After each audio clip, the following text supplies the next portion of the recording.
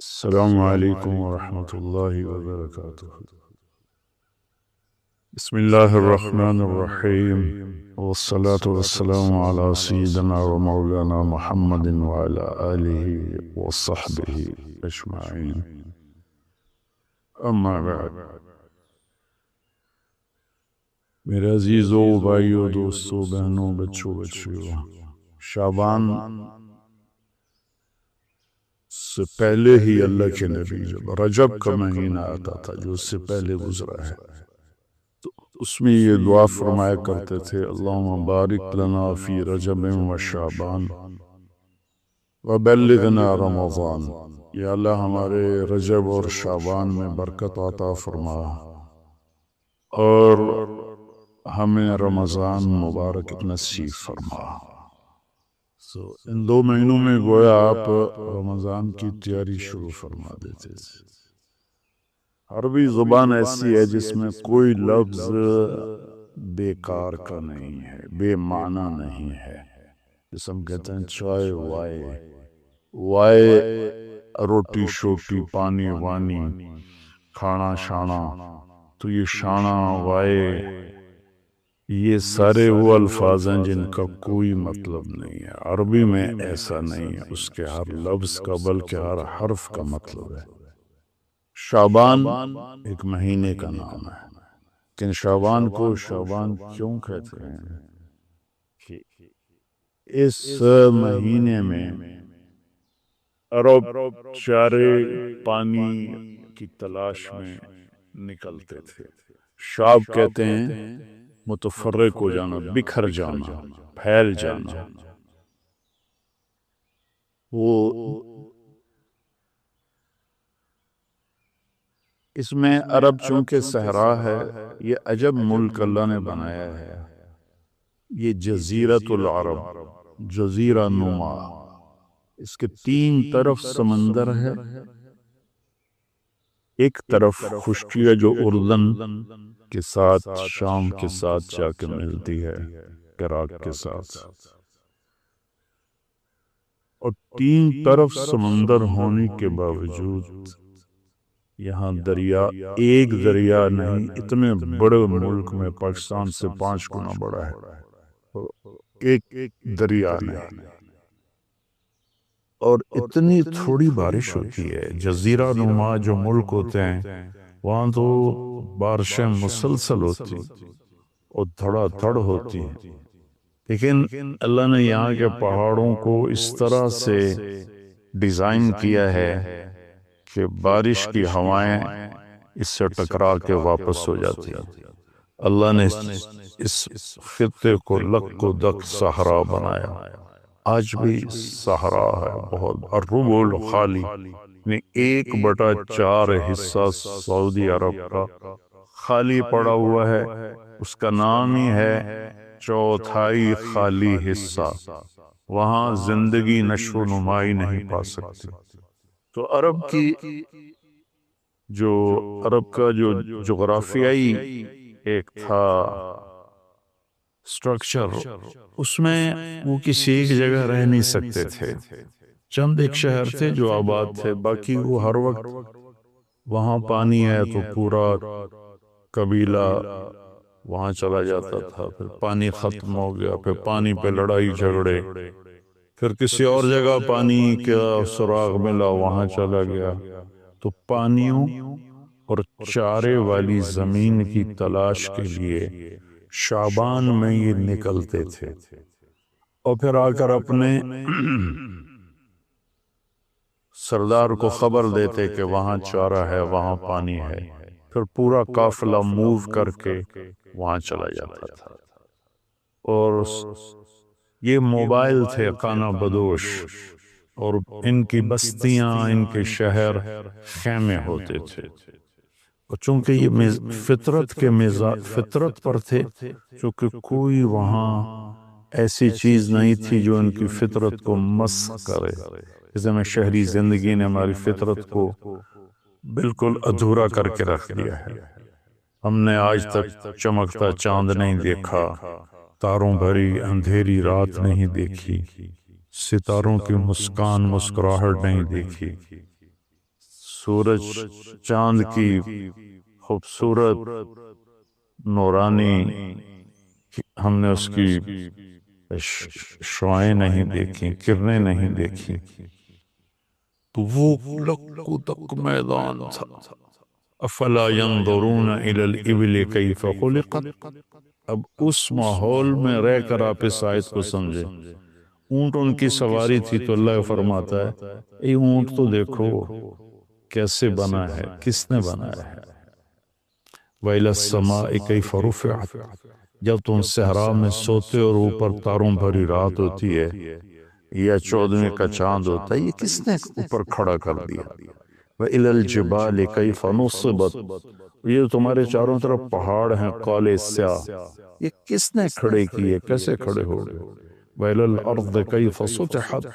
اور یہ زمین بچھونا کیسے بن گئی؟ اس میں تم سفر کرتے ہو، ہم نے اب تمہارے لیے زمین کو سپیڑ دیا۔ تو وہ یہ کلچر تھا عرب کی بود و باش اور تہذیب کا کہ یہ موبائل رہتے تھے۔ جب ایک جگہ وسیع آباد ہوتی تھی تو جو فطرت میں ہوتا ہے نا، اس میں مزاج عشق بہت طاقتور ہوتا ہے۔ اس لیے عربی شاعری کو کوئی نہیں پہنچ سکا آج تک۔ عربی شاعری کو مزاج عشق میں، حس لطیف میں، حالانکہ وہ ان پڑھ تھے لیکن ان کا شاعر کھڑا ہوتا تھا بغیر تیاری کے 100 شعر فی البدی پڑھ دیتا تھا۔ فی البدی سے مراد ہے پہلے سے کوئی تیار نہیں کیے ہوتے تھے، بس کہتا تھا اور کہتا چلا جاتا تھا۔ تو عشق و محبت بھی عرب کا عشق زنا سے پاک تھا۔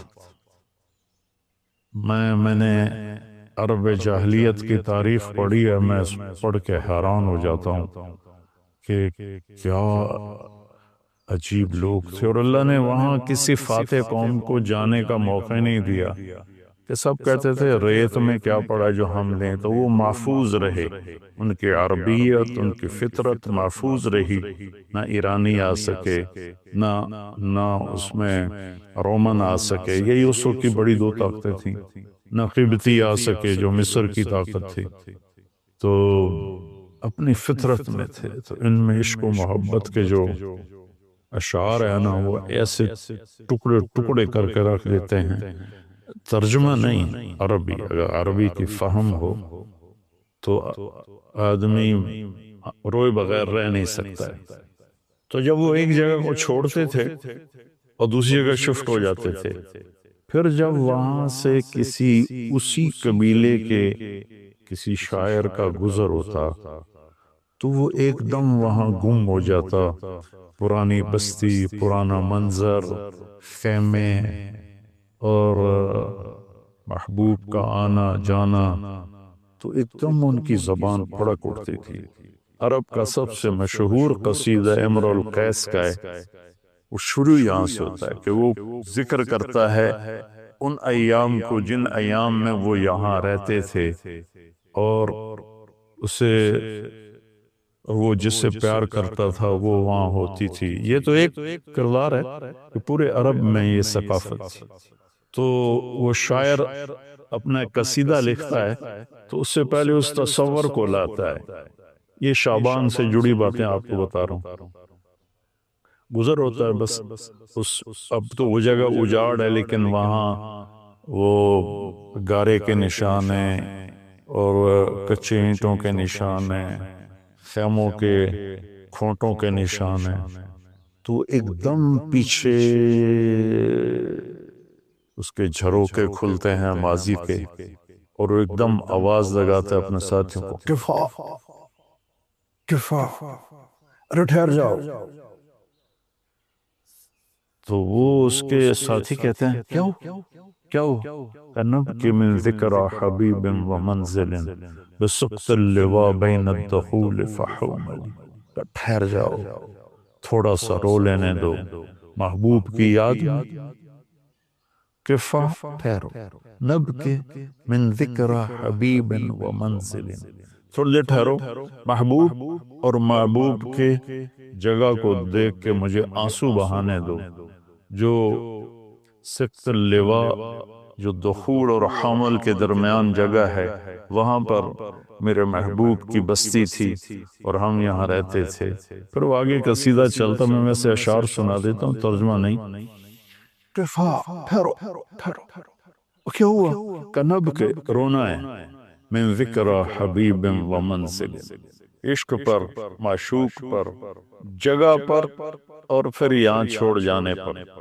بسقط اللواء بین الدخول فحوملی فصوضع في المقرات لم يعف رسمها لما نسجتها من جنوب وشمالي ترى بعر الأرعام في عرصاتها وقيعانها كأنه حب فلفلي كأني غداة البين يوم تحمل لدى سمرات الحي ناقف حنظلي۔ میں اس کا ترجمہ کرتا ہوں۔ وہ کہتا جب قافلہ وہاں سے چل رہا تھا اور سارے جا رہے تھے اور شفٹ ہو رہے تھے اور میرے جانے کی کوئی ابھی سبیل نہیں تھی، تو میں ان کو جاتے دیکھ کر میرا حال وہ تھا جو حنظل، اس کی مثال میں دوں کہ ہماری عورتیں پیاز کاٹتی ہیں نا تو اس سے ایک گیس نکلتی ہے جس سے آنسو نکلتے ہیں بے تحاشا، جیسے کوئی بہت ہی رو رہا ہو۔ تو حنظل ایک کڑوا پھل ہے جس کو کڑتمہ کہتے ہیں۔ یہ اس کو جب توڑتے ہیں تو اس میں سے بھی ایک گیس سے نکلتی ہے، تو وہ نکلتا ہے، آنسو نکلتے ہیں۔ تو اتنی خوبصورت تشبیہ لایا ہے۔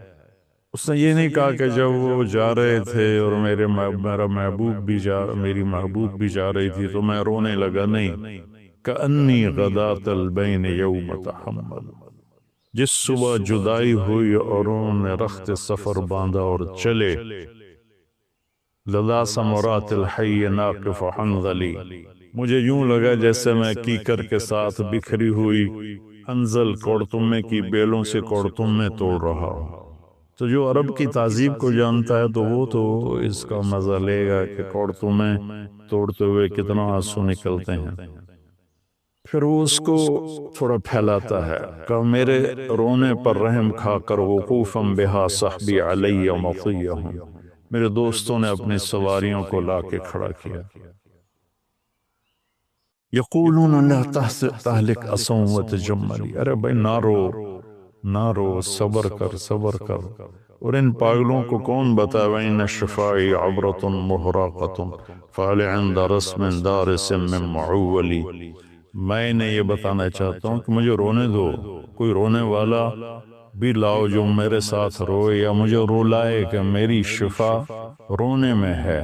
فَفَاضَتْ دُمُوعُ الْعَيْنِ مِنِّي صَبَابَةً عَلَى النَّحْرِ حَتَّى بَلَّ الدَّمْعُ مَحْمَلِي، بس پھر میرے آنسو ساون بھادوں کی جھڑی بن گئے اور میں اتنا رویا کہ میرے اونٹ کا پالان بھی سارا کا سارا تر ہو گیا۔ شعبان کے مناسبت سے میں نے تھوڑی آپ کو عرب کی تاریخ بتائی ہے، عرب کی تہذیب بتائی ہے، لیکن اس میں جو کہنا تھا وہ یہ تھا کہ شعبان رمضان کی تیاری ہے، شعبان رمضان کی تیاری ہے۔ تو اس میں میرے بھائیو ہم اگر کوئی کبیرہ گناہ میں ہیں تو توبہ کریں، چھوڑنے کی کوشش کریں یہاں تک کہ رمضان تک بالکل چھوٹ جائے۔ کسی سے لڑے ہوئے ہیں تو منانے صلح کی کوشش کریں یہاں تک کہ رمضان تک صلح ہو جائے۔ کسی کا حق مارا ہوا ہے تو اس سے جا کے دینے کی طاقت ہے تو فوراً دے دیں، ورنہ معافی مانگ کے کہیں بھی میں آہستہ آہستہ ادا کر دوں گا۔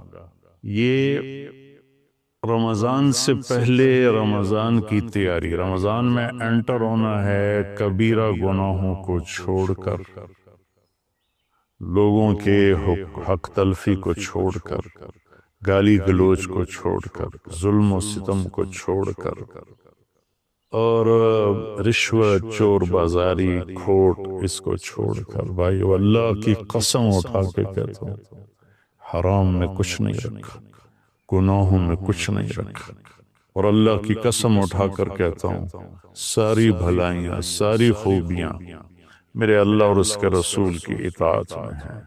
اللہ کے واسطے ہم باقی گناہوں سے بھی توبہ کریں اور فرقہ واریت سے بھی توبہ کریں۔ یہ میرا کرتا ہے نا، یہ ہے اسلام، اور اس کے اندر یہ بنیان ہے، یہ میرے عقائد ہیں اور میرے ذاتی اعمال ہیں۔ اسلام تو سب کا ایک ہی ہے، ان الدین عند اللہ الاسلام، شرع لکم من الدین، تو دین تو سب کا ایک ہی ہے۔ آگے چھوٹی چھوٹی باتوں پہ فرقے بن گئے ہیں، جنازے کے بعد دعا پڑھنی یا نہیں پڑھنی، اس پر ہی فرقہ بنا پڑا ہے۔ تو اتنی چھوٹی باتوں میں ہم الجھ گئے، ساری دنیا کتنے خطرے سے گزر رہی ہے، اور کورونا ایک وبا اور وبال ہے، ایک عذاب ہے۔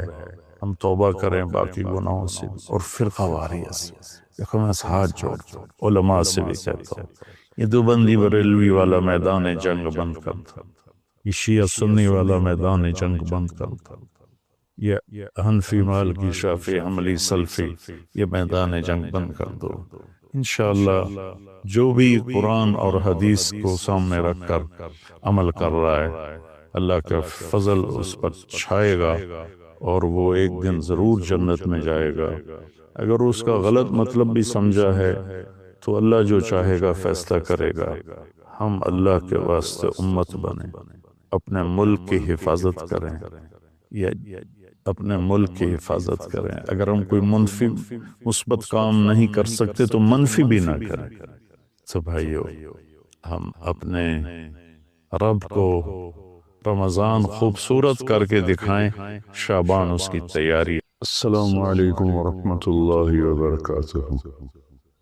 بسم اللہ الرحمن الرحیم، والصلاة والسلام علی رسولہ الکریم وعلی آلہ واصحابہ اجمعین، اما بعد۔ میرے محترم بھائیوں اور بہنوں، رمضان المبارک کا رحمتوں والا برکتوں والا مہینہ چل رہا ہے۔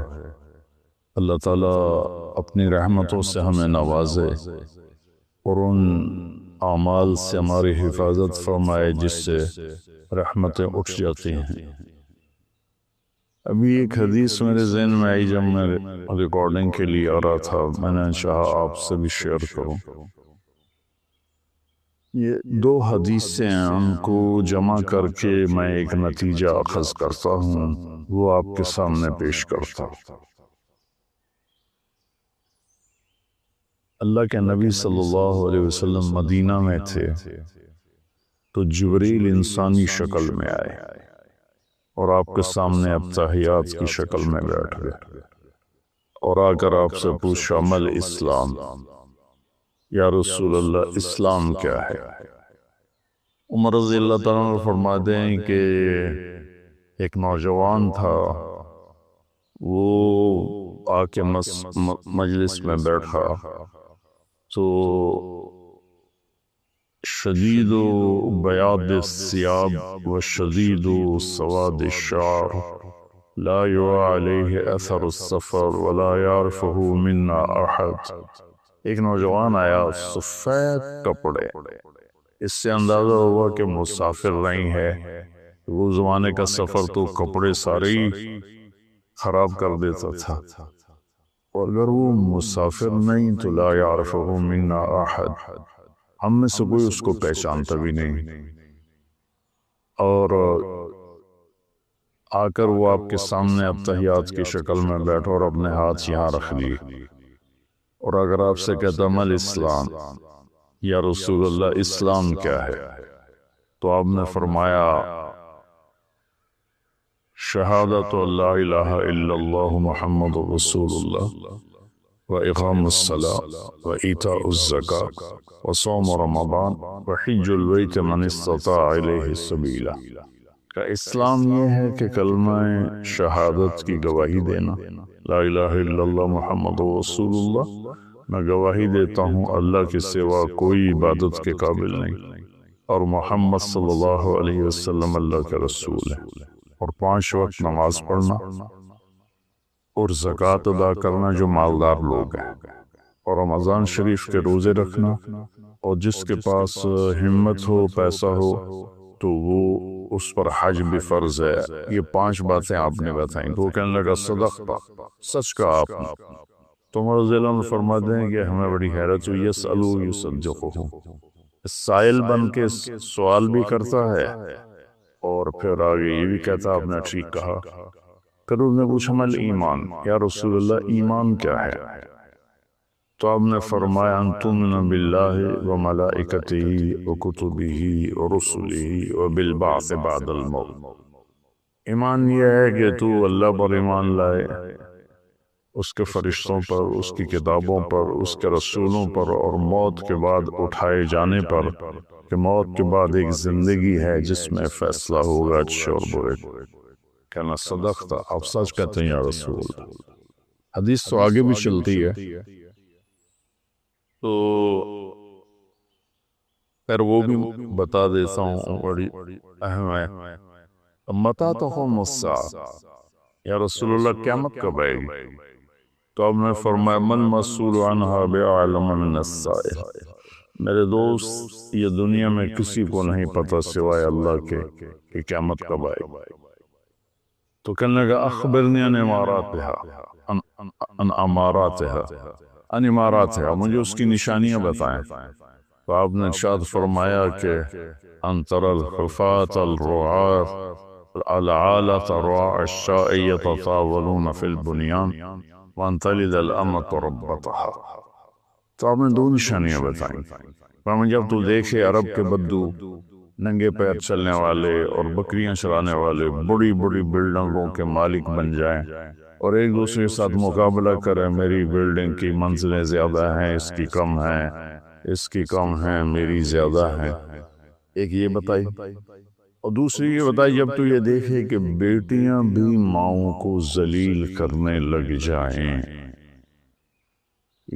خاص طور پر بیٹی کا ذکر کیا کہ بیٹے عام طور پر زیادہ سرکش ہوتے ہیں اور بیٹیاں اکثر دھیمے مزاج پر ہوتی ہیں، ماؤں کا ساتھ دیتی ہیں۔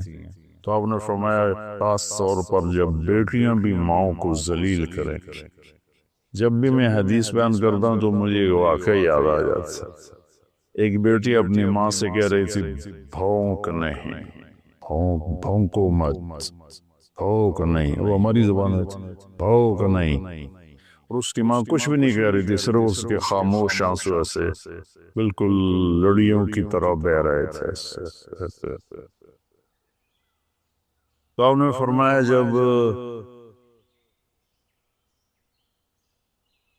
جب ماؤں کی بیٹیاں بھی عزت نہیں کریں گی اور ان کو ذلیل کریں گی تو بس پھر سمجھو کہ قیامت قریب ہے۔ اس کے بعد وہ اٹھے اور چلے گئے۔ پھر آپ نے حضرت عمر سے فرمایا بعد میں کہ جانتے ہو یہ کون تھا؟ کہا جی نہیں۔ کہا یہ جبریل تھے جو تمہیں دین سکھانے کے لیے آئے تھے، سوال کی شکل میں۔ تو یہاں اسلام کا جواب آتا ہے 5 ارکان اور ایمان کا جواب آتا ہے 5 عقیدے، اللہ پر، ملائکہ پر، کتابوں پر، رسولوں پر اور موت کے بعد کی زندگی پر۔ یہ 5 ہی اور 5 ہو، یہ ایمان، 5 عقیدے اور اسلام 5 اعمال۔ لیکن آخری حج میں جب اسلام مکمل ہو چکا ہے، پورا دین نازل ہو چکا ہے، الیوم اکملت لکم دینکم واتممت علیکم نعمتی ورضیت لکم الاسلام دینا، یہ عرفات میں یہ آیت نازل ہو چکی ہے اور دین کے مکمل ہونے کی خوشخبری دی جا رہی ہے۔ صرف اسی امت کو یہ خوشخبری ملی اور کسی کو نہیں ملی۔ وہاں عمر بن عبسہ رضی اللہ تعالیٰ عنہ ایک صحابی ہیں جو حج میں ہی شریک ہوئے۔ پہلے مکہ میں آئے تھے تو آپ نے کہا ہم بہت کمزور ہیں، ابھی چلے جاؤ، جب اللہ ہمیں طاقت دے گا پھر آ جانا۔ تو یہ کلمہ پڑھ کے چلے گئے اور پھر یہ آئے جب آپ حج میں تھے تو انہوں نے حجۃ الوداع میں سوال کیا۔ کس جگہ پر یہ ہو سکتا کہ لکھو، مجھے یاد نہیں، کہ یا رسول اللہ مل اسلام؟ اب جبریل مل اسلام اور یہ بھی کہہ رہے ہیں مل اسلام۔ جبریل کے جواب میں 5 اعمال، کلمہ، نماز، روزہ، حج، زکوٰۃ۔ یہاں کیا ہو رہا ہے مل اسلام یا رسول اسلام کہ اب اسلام مکمل ہو چکا ہے۔ جبریل، حدیث جبریل میں پہلی بنیاد کو بتایا ہے کہ یہ 5 اعمال بنیاد اسلام ہیں، یہ نہ ہو تو اسلامی نہیں ہے۔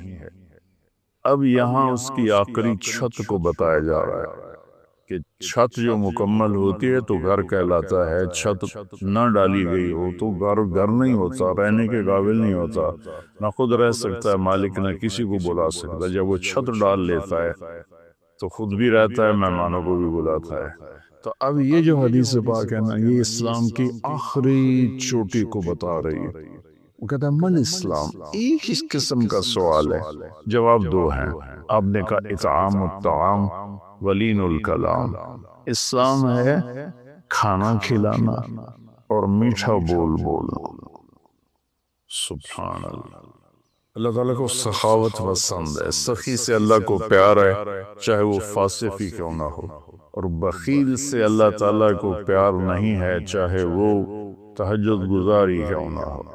جو پیسے کا پجاری ہے، یحسب مالہ اخلد ان مالہ اخلد جمع مالا وعددا، تو یہ اللہ کو انتہائی ناپسند ہے جو پیسے جوڑ کے نہ اپنے اوپر خرچ کرتا ہے، نہ بچوں پر خرچ کرتا ہے، بس مال بڑھا رہا ہے، کاروبار بڑھائے جا رہا ہے۔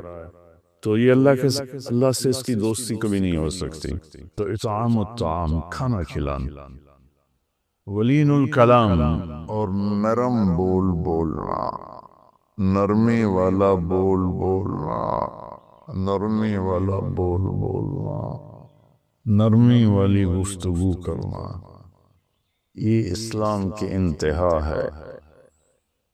تو کھانا تو بہت لوگ کھلاتے ہیں، لیکن زبان کا بول نرم ہو، میٹھا ہو، یہ امت سے نکل گیا ہے، کم از کم بر صغیر سے تو نکل گیا ہے۔ باقی دنیا میں پھرا ہوں، دست و گریباں ہیں اور پیچھے زبان کا بول ہے، رشتے ٹوٹ رہے ہیں، محبتیں ختم ہو رہی ہیں اور خاندان بکھر رہے ہیں۔ اس کے پیچھے کہیں کہیں جائیداد کے جھگڑے بھی ہیں، لیکن زیادہ جس چیز نے آگ لگائی ہے وہ ہے یہ زبان کا بول۔ میرے نبی نے حضرت معاذ بن جبل رضی اللہ عنہ سے فرمایا، معاذ تمہیں ساری شریعت کا خلاصہ بتاؤں؟ تو انہوں نے کہا جی کیا ہے؟ تو آپ نے ایسے کیا، یہ دیکھیں میری 2 انگلیاں، اور یوں زبان کو اس طرح کر کے پکڑا، ایسے نہیں پکڑا، ایسے پکڑا کہ غلط بول پر اس کو کاٹ دو، نفرت والے بول پر اسے کاٹ دو، دل دکھانے والی بات پر اسے کاٹ دو، چپ ہو جاؤ، خاموش ہو جاؤ۔ خاموشی بہت بڑا عمل ہے۔ ہم بچوں کو بولنا سکھاتے ہیں، بڑوں کو چپ رہنا سیکھنا چاہیے۔ لقمان علیہ السلام کا فرمان ہے، بیٹا میں چپ رہنے پہ کبھی نہیں پچھتایا، میں جب بھی پچھتایا اپنے بول پہ پچھتایا۔ تو بھائیو، اللہ تعالیٰ ہی کرے گا میری آواز کتنے لوگ سن لیں گے، 1 لاکھ 2 لاکھ ہے تو 22 کروڑ عوام کا مسئلہ ہے۔ اچھا، کبھی کبھی تو مایوسی میں ڈوب جاتے ہیں کہ پتہ نہیں ہدایت کو پھیلتا دیکھنا نصیب میں ہے یا نہیں ہے۔ پوری شیطانی طاقتیں متحرک ہیں۔ تو پھر وہ پوچھتا ہے مل ایمان، ایمان کیا ہے؟ اب جبریل نے بھی پوچھا تھا مل ایمان، تو اپنے 5 عقیدے بتائے، اللہ پر، اس کتابوں پر، ملائکہ پر، رسولوں پر، آخرت پر۔ اب یہاں آپ نے عقائد نہیں بتائے، وہ ابتدائی بات تھی، یہ انتہائی بات ہے۔ مکمل ایمان، یا رسول اللہ ایمان کیا ہے؟ تو آپ نے فرمایا الصبر والسماحہ، ایمان ہے صبر کرنا اور معاف کرنا۔ یہ دونوں چیزیں بھی ختم ہو چکی ہیں۔ صبر ایمان کا لازمی جزو ہے، اور ہر ایمانی صفت کا لازمی جزو ہے۔ جو میں نے قرآن سے دیکھا تو کوئی ایمانی صفت ایسی نہیں جس کے ساتھ اللہ نے صبر کو ذکر نہ کیا ہو۔ صبر ہمارے ایمان میں ایسے ہے جیسے ہمارے جسم میں خون ہے، خون نکال دو آدمی مر جاتا ہے، یا پانی ہے، پانی نکال دو تو آدمی مر جاتا ہے، جو زیادہ ڈائریا بڑھ جائے تو اس سے موت واقع ہو جاتی ہے۔ تو جس ایمانی صفت سے صبر نکل جاتا ہے وہ صفت ڈیڈ ہو جاتی ہے۔ بھائی اس صبر کا قیامت کے دن اعلان ہوگا فَلْيَكُنْ مَحْلُ الصَّبْرَ، صبر کرنے والے کھڑے ہو جاؤ، تو ایک چھوٹی سی جماعت کھڑی ہوگی، انہیں کہا جائے گا جاؤ جنت میں۔ ابھی حساب شروع نہیں ہوا ہوگا کہ وہ جنت کی طرف چلیں گے، تو فرشتے سامنے آ جائیں گے، وہ بھی اللہ کی منشا کہ ان کا مقام کو دکھانا چاہتے ہیں۔ وہ کہیں کدھر جا رہے ہو؟ کم جنت میں، کبھی حساب تو شروع ہوا نہیں۔ وہ کہیں گے ہمارا حساب ہے ہی نہیں۔ فرشتے پوچھیں گے تو تم کون لوگ ہو؟ کہیں گے ہم صبر والے، اس میں مرد اور سارے شامل ہوں۔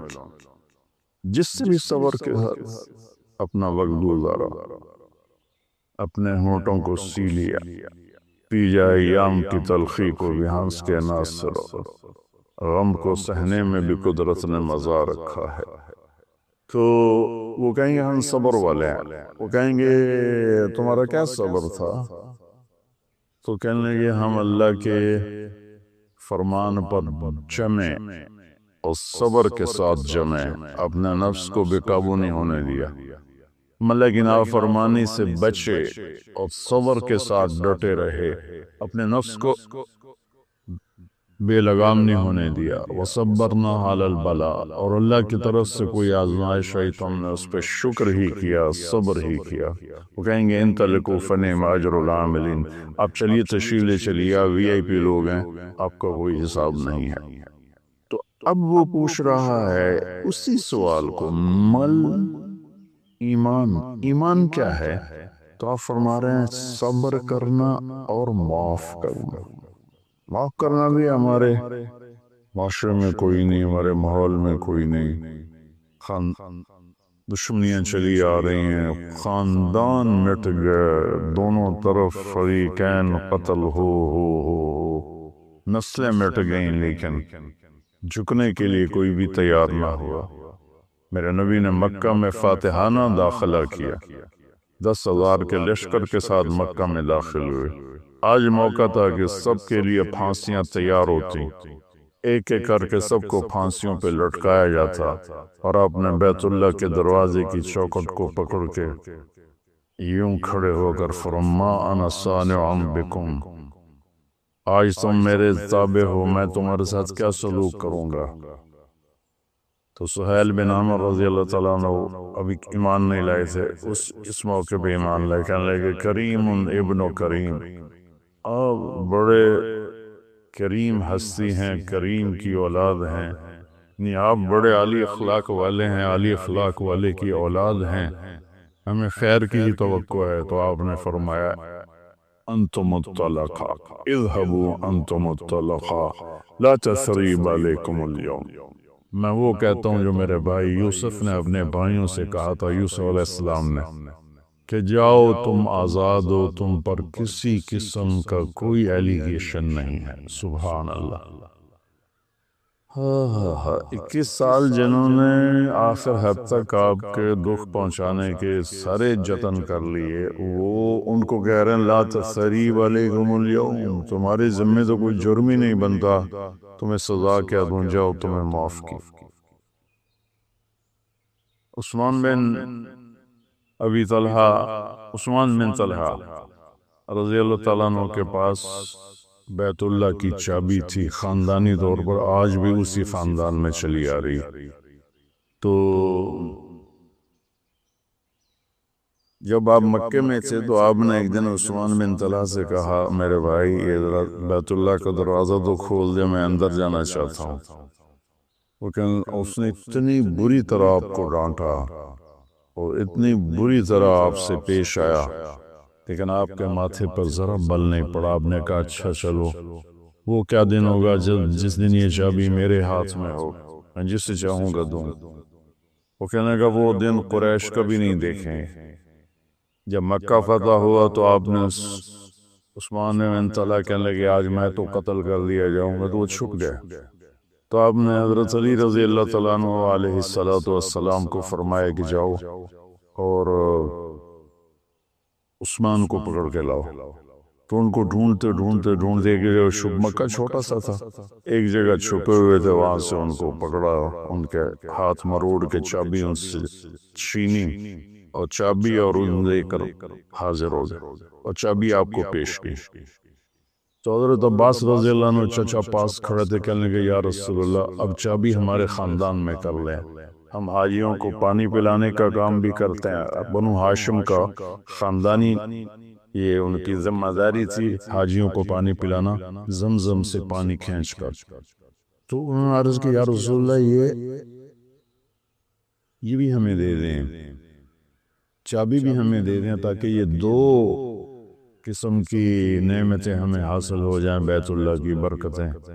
آپ نے حضرت عباس کو کوئی جواب نہیں دیا، آپ نے چابی ایسے پکڑ کا عثمان یوں کھڑے ہوئے تھے، ایسے ان کا سر اوپر نہیں اٹھ رہا تھا، اور عثمان تو نے شرمندی کی سائیوں سر اٹھائے، کہا یہ کیا ہے؟ وہ خاموش رہے، کہا دیکھ یہ وہ چابی ہے جو میں نے کہا تھا، وہ کیا دن ہوگا جب یہ میرے ہاتھ میں ہوگی، اور یہ لو میں تیرے ہاتھ میں پکڑا رہا ہوں، قیامت تک یہ چابی تیری نسل میں رہے گی، کبھی تجھ سے کوئی لے نہیں سکے گا۔ سبحان اللہ۔ اب اس کا سلوک دیکھیں اور اللہ کے محبوب کا سلوک دیکھیں، کتنا تضاد ہے، کتنا فرق ہے۔ تو عثمان رضی اللہ عنہ کی اولاد نہیں تھی، تو چابی ان کے بھائی شیبہ بن طلحہ کی طرف منتقل ہوئی، اور وہ چابی آج تک چلی آ رہی ہے شیبہ بن طلحہ رضی اللہ عنہ کی نسل میں۔ کچھ سال پہلے اس کے متولی تشریف لائے تھے، ایک نکاح میں نے پڑھایا تھا، تو اس میں وہ شریک تھے، تو میں نے آدھا بیان عربی میں کیا، آدھا اردو میں کیا، اسی کا ترجمہ اردو میں یا اردو والے کا ترجمہ عربی میں کر کے بہت خوش ہوئے تھے، وہ بہت دعا دی تھی انہوں نے۔ تو آپ نے وہ چابی ان کے حوالے کی۔ تو ہمارے ماحول میں معاف کرنا بھی نہیں رہا، تو ایمان کی، اسلام کی صفات، کھانا کھلانا، میٹھا بول بولنا، اس کو بھی ترس گئے ہیں، اور ایمان کی صفات، صبر کرنا اور معاف کرنا، اس کو بھی ہم ترس کے رہ گئے ہیں۔ اس کے بعد انہوں نے پوچھا ای الاسلام افضل، سب سے اعلیٰ درجے کا اسلام کیا ہے؟ آپ نے جواب دیا تھا کہ ای الایمان افضل، اس کا بھی آپ نے جواب دیا کہ انہوں نے پہلے پوچھا اسلام کیا ہے، پھر پوچھا ایمان کیا ہے، پھر پوچھا سب سے بہترین اسلام کیا ہے، تو آپ نے فرمایا من سلم المسلمون من لسانہ و یدہ، جو کسی مسلمان کو ہاتھ اور زبان سے تکلیف نہ پہنچائے، یہ سب سے بڑے ایمان والا ہے، سب سے بڑے اسلام والا ہے۔ پھر اس نے پوچھا سب سے بڑا ایمان کیا ہے، تو آپ نے کہا اچھے اخلاق، حسن اخلاق۔ ان دو پر انشاءاللہ کل گفتگو کریں گے۔ آج میں نے پہلی دو صفتیں اسلام ایمان، اب آگے آئے گا اسلام کا سب سے اعلیٰ درجہ کیا ہے اور ایمان کا سب سے اعلیٰ درجہ کیا ہے۔ السلام علیکم۔ اللہ نے زکوٰۃ فرض کی ہے تو زکوٰۃ نکالو۔ اب تو اتنے حالات ہیں کہ متوسط طبقہ بھی زکوٰۃ کا مستحق ہے، اپنے زکوٰۃ سے بڑھ کے نکالو، چونکہ زکوٰۃ دینے والا بخیلوں سے تو نکل جاتا ہے، لیکن سخیوں میں داخلہ اس سے اوپر کرے گا تو 2,500 دے دیا نا 1,00,000 میں سے، تو اب آپ پہ بخیل کا لیبل نہیں لگے، لیکن سخی کا بھی نہیں لگے، اوپر چوانی خرچ کر دو تو ایک سٹیپ آپ آ جائیں، سخی بن کے زندگی گزارو۔ لوگوں پہ خرچ کرنے کا مزہ بہت ہے، جوڑنے کے مزے سے زیادہ لگانے کا مزہ ہے۔ تو رمضان آ رہا ہے، خرچ کریں، زکوٰۃ سے بڑھ کر دیں، انتہائی ضرورت مند ہیں ہمارے لوگ۔